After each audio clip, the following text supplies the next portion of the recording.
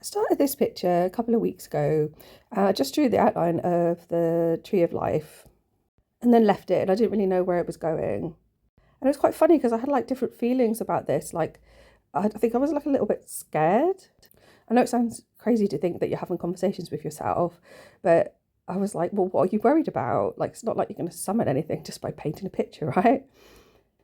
I also looked back at my book that I wrote years ago about the Tree of Life because I know that it came up a couple of times in there. There was a dream where I wrote an essay in French all about the Chokmah Sephira, which relates to this concept of wisdom. And obviously, I'm so wise that I forgot everything that I wrote down, and obviously, it was in French, which I don't speak fluently. But I did then go on a course where we did like meditations and learned a little bit about the Tree of Life. I always remember that we had to go down like windy, dark country lanes. It was in the evening in the winter. It's really off the beaten track. Like they literally weren't even wired up to the grid or anything. They had their own water wheel and everything. And it was absolutely heaving with rain. And there was just this lady with a torch at the end of the lane. And I was like, am I going to get murdered or am I going to learn about the Kabbalah? So it was quite funny. The meditations and visualizations were really interesting, but I do remember that the person running the course did recoil when I said that I had a snake that guided me out of a maze in one of the visualizations. He was an ex-vicar, so that might be why. So as this piece developed, this looks completely random, but I just put lots of different colours on there.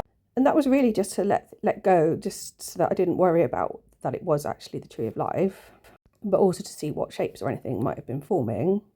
And I did see some shapes in there, so I went around them in black, which is not something I do very often, but I just wanted to pick that out so that I was moving away from this idea that it was the Tree of Life and any weird worries that I had about what I was doing. That bird that was emerging at the top also reminded me about the dream that I had while I was doing the course, where I was given a crown. And then the person who gave me the crown showed me the energy beyond the crown, which was like this magnificent ephemeral energy, like a golden light.